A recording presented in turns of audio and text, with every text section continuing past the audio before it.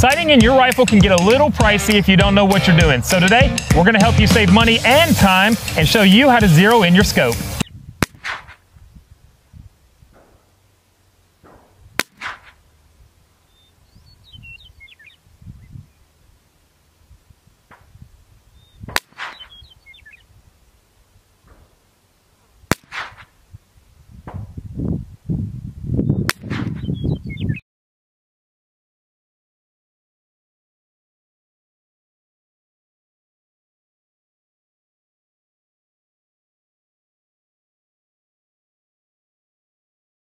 Like, I train you so good. You're just a good little guy.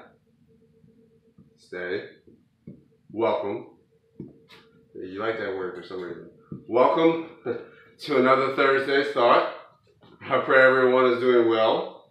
Here you go. Sit. Lay, whatever. That works. There you go. I pray you do find yourself, as always, in God's favor, protection, and direction for your life. As you saw in the short intro, this does have something to do with guns. No, not really. But I don't know what it is. I use it as an example. I can't not allocate. Something ate them with each other. But we're going hunting, as we always do, and that's where I was giving my little buddy Buck 2 years ago, and I love you, you're a good boy. Lay down, lay down, lay down. He's not going with me. He's staying with my mama because he turned into a little house doggy now. And hey, lay down, lay down. But we're going hunting, and so this morning, whatever. Things would take his bone. But this morning me and my father went to go zero in our rifles, or to make sure they're still hitting where we aim. My dad's awesome, Dad. If you're actually watching this, I love you. But watching you zero in your rifle, as mine took 4 shots and boom, good, ready to go. I just didn't make sure nobody messes with that, Dad or Charlie. We have a story about that. But then my dad went to zero his end, and he would shoot 2 at a time and then bring it in and see where he was hitting and then make any adjustments that he needed to make. But it seemed as, I don't know if he's getting a little jumpy there in his golden years, but it seemed like his first shot was always closer and his second shot would be a little more off. And what it made me realize when I was watching that is that there's 2 parts to that. You can have the scope dialed in, zeroed in perfectly, but then the other part is you. And if you're pulling, or if you're getting a little iffy when you pull, you're waiting for the gun to go off and getting a little scared or whatever it may be, that can affect it. And I was just thinking about how, yes, we need to zero in and get we need to know that God is our scope. He is the light into our path, and He gives us guidance, and it's going to be spot on. If we're trusting in God and we're seeking Him, we can seek Him more and make sure that we're dialed in directly to Him. But then, just like with hunting and getting the scopes ready and everything like that, there is the other part, the second part to that, and that is us. And what are we doing? Are we doing it exactly as we should?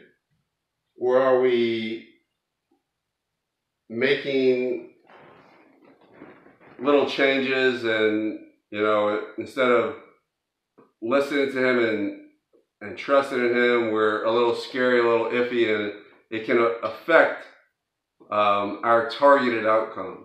And what I mean by targeted outcome is saying, like, if we want to witness to somebody, where we want God's hand of blessing upon our life, and oh God, I need direction, and God's given us direction, but instead of waiting, we pull the trigger a little too soon, or we pull it back, we move our head, whatever it may be.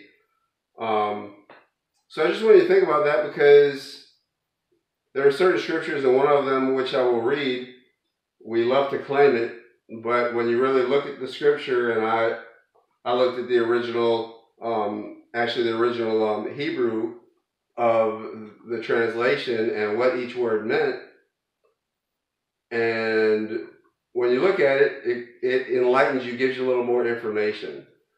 But I encourage you to, yes, realize that God is your scope. He's zeroed in. It's perfect. But the other part of that is, are you doing what you need to do with that direction?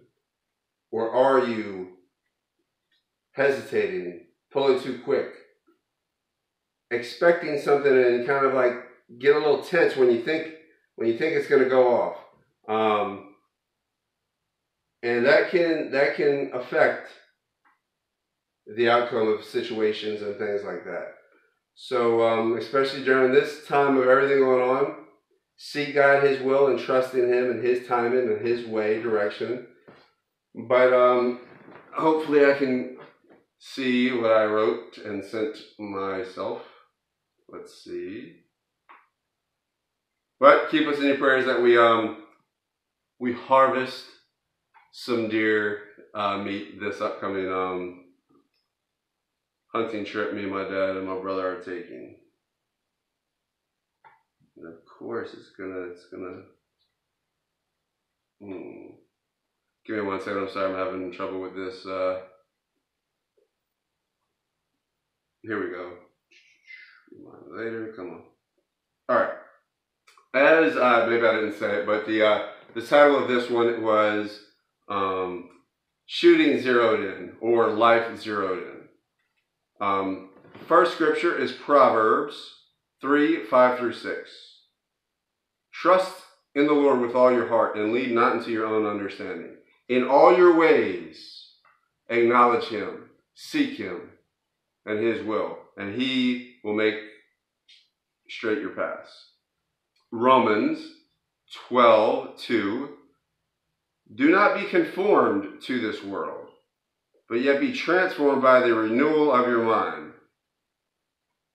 that by testing you may discern what is the will of God, what is good and acceptable and perfect. And that just, the renewing of your mind. We've sighted these rifles in before. We've made sure everything was good, and we've practiced with them, and we have gotten pretty good with them. As you saw from those pictures before I came on the screen. Those shots started off a little far, and they come closer until they are zeroed in perfectly and bullseye shots. But you know what? With life and putting the guns away, cleaning them, and do all that, sometimes things can get maybe knocked a little off. And we have to go and re-sight them in. Make sure that we are doing everything properly. Our part of shooting, our breathing, our trigger pull, everything like that is, as close to perfect as we can get it. So even if the scope is zeroed in perfectly, we need to make sure that we are doing what we need to do as well in order to make that shot a perfect shot. And then the last scripture that everybody likes to claim is Psalms 37:4. Delight yourself in the Lord,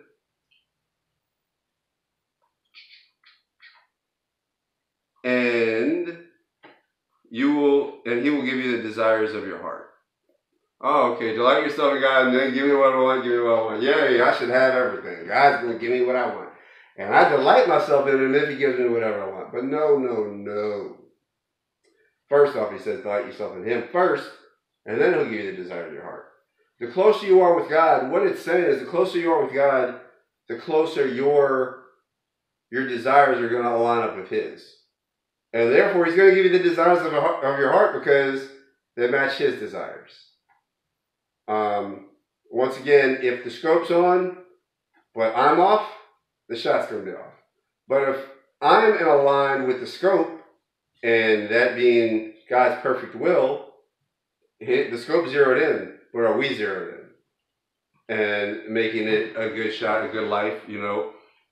But when I looked at that in the original Hebrew, I looked at delight, the word delight.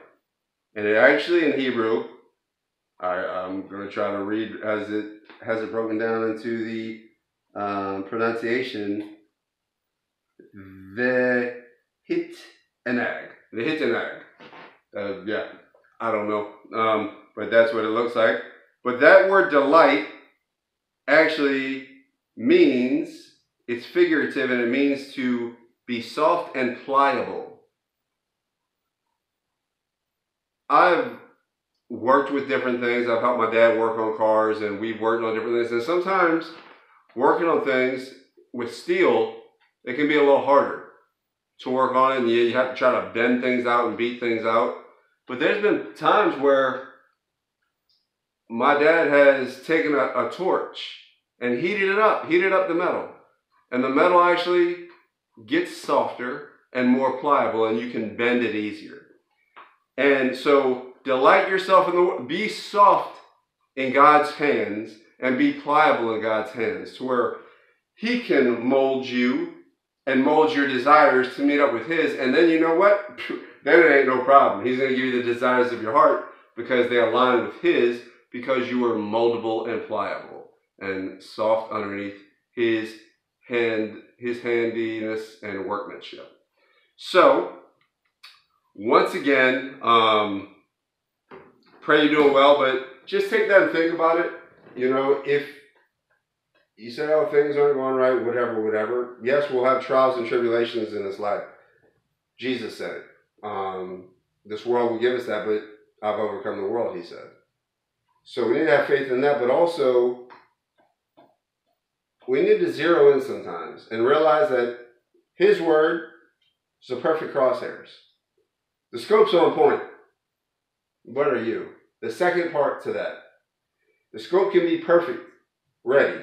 But after that first shot, Dad, I love you, but I think you might have been kind of jumping a little bit, ready for it to go off a little bit too soon. You were getting tense and tightening up, and just that little bit in the scope might move it a millimeter, but 100 yards down the shooting lane, that millimeter grows. And by the end of 100 yards, it could be off 2 inches, 3 inches. But just think about that. Realize that delighting yourself in God is submitting yourself, being soft, moldable, and pliable to the workmanship of His handiwork in your life, and making you be the person that He is trying to transform you to be. And it is a renewing process, as we heard in the scripture. You'll be renewed more and more as you spend more and more time with Him. So that being said, love you guys. Please keep us in your prayers. And we have a good, safe, successful trip. Me, my father, and myself. Me, my father, and myself. Me, my father, my brother, and myself. That's me twice. Whatever.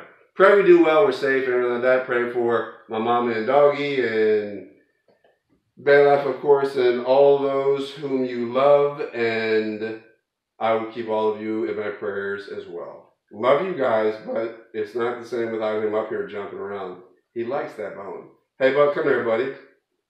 Come on, be a good boy. Show the world how much of a good master I am. Come here, come here. Out to me. Out to me. I'm not going to take it, buddy. Up, up. No, here. Bud, come here. Come here, buddy. I'm not going to take it. Good boy. You have it? You have it? Love you guys, and we'll see you again next week on another Thursday's Thought.